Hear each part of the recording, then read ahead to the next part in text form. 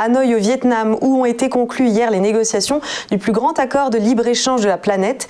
La Chine, le Japon, la Corée du Sud, l'Australie, la Nouvelle-Zélande et les nations de l'ASEAN ont signé l'acte de naissance du partenariat régional économique global, le RCEP, dont les discussions avaient été lancées en 2011 à Bali. Cet accord va permettre de faire baisser graduellement les tarifs douaniers appliqués à la plupart des marchandises échangées dans la région.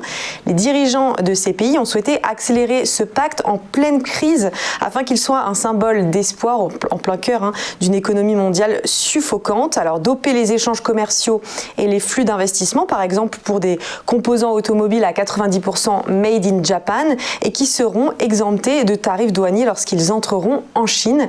Les procédures douanières seront simplifiées par l'adoption de règles d'origine préférentielle.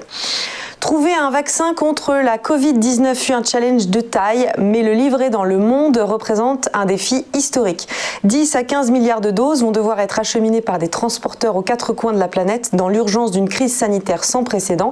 Alors cela soulève évidemment des interrogations. Quelle est la meilleure façon de transporter ce produit? Comment arriver à temps en respectant la chaîne de froid? La réduction des vols va-t-elle freiner le bon déroulement de cette opération?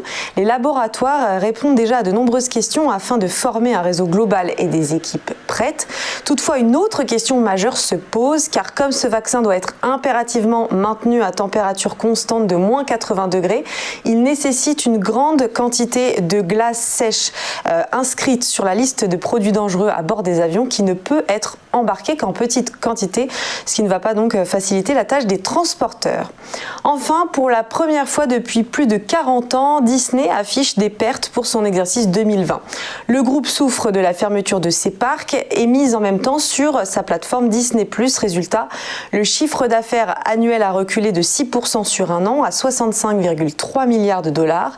Pour Disney, entreprise de divertissement bientôt centenaire, 4 grands défis se profilent. Il faut d'abord rouvrir les parcs d'attractions en toute sécurité, trouver une bonne stratégie dans les salles de cinéma car la plateforme de streaming Disney+ grignote les diffusions sur grand écran grâce à l'offre de location notamment pour le film Mulan.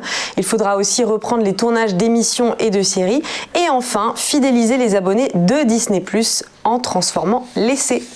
On jette un coup d'œil à la bourse maintenant. Le CAC a su repartir à la hausse vendredi dernier avec plus 0,33%, 5380,16 points, tout comme le Dow Jones, plus 1,37%, le Nasdaq, plus 1,02%, mais on notera la légère baisse du FTSE, moins 0,36%. Avant le chrono CAC, je vous invite aussi à vous inscrire gratuitement à notre newsletter sur tvfmedia.fr pour connaître toutes les analyses gratuites et les interviews d'économistes. Dans quelques instants, donc un point sur le CAC.